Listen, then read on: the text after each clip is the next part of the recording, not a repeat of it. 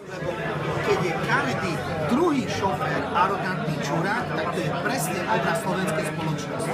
Každý druhý v našej spoločnosti je čurákom. No ale prečo ja? Situácia od situácie. Teraz rozvíjame tému, aby si vedel, lebo tá téma je vďačná, lebo to presne kopíruje spoločnosť. Sa nikdy nemali dobre, teraz sa máme trošku dobre a už sme není ochotní dať z toho nikomu nič.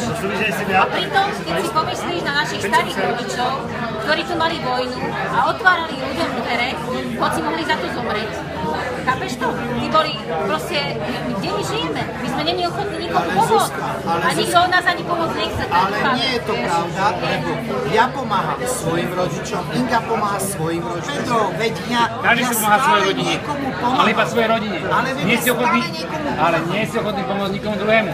Jakže nie? No a komu druhému? To je klamstvo. No tak ale tak... Veď ja keby som skapal, tak zajtra 15 ľudí minimálne príde o príjem, s ktorým rád. To sú, báli sa, každý má rodinu, Marko. Aj tí, čo pomáhajú, druhí majú rodinu, že my nemajú. Ale veď ja pomáham dcére, vychovávam, rodičov podporujem. Ale prečo stále o svojej rodine rozprávaš? Lebo poslal to tu na bolševika. Ale čo ty, vyťahajú to bolševika. Každý ročne smutný z života. Ja som vyštudovala biológiu a stále budem tvrdiť to isté.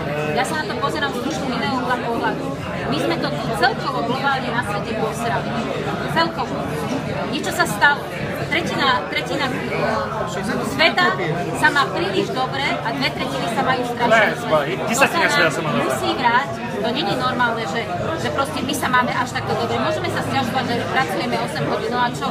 Máme teplo, máme jedlo, naše deti sú zdravé, majú kde ísť, aj keď je to teda niekedy chápe a tak, to zdravotníctvo, ale máme všetko. Chápeš? A polovica sveta nemá nič, čo sme si mysleli. Polovica? Že sa nám to nikdy nevráti? Nie, ako to je krávka. ale inak sa ťa opýtam, prečo práve my a Európa riešime, a najmä Slovensko, lebo to je blbosť. Však keď je 30 miliónov ľudí, ktorí tu ide o život každý deň, čo to je pre Ameriku, ktorá má 580 miliónov, že by si 30 miliónov ich tam zobral, keď sa tvária tak strašidelne ľudomilne. Ale veď oni si berú, veď oni Američania poslali 5 miliard dolárov na túto utečeneckú krízu. Lebo Američania nemôžu ich zobrať, čo ich zoberú loďami, veď oni tam ani nechcú ísť. Oni chcú ísť do Nemecka, oni chcú ísť sem. Ale Američania sa netvária, že my nepomôžeme. My, Slováci, sa tvárime, že nepomôžeme.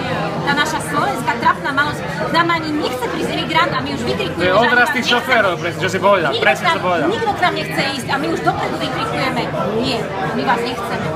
Veď to je trapné, ja sa za to hanbím, ja sa za to normálne hanbím. Ja tiež, ja za to hanbím. Ja sa za to vôbec Keby sme prijali 2000 imigrantov, preboha,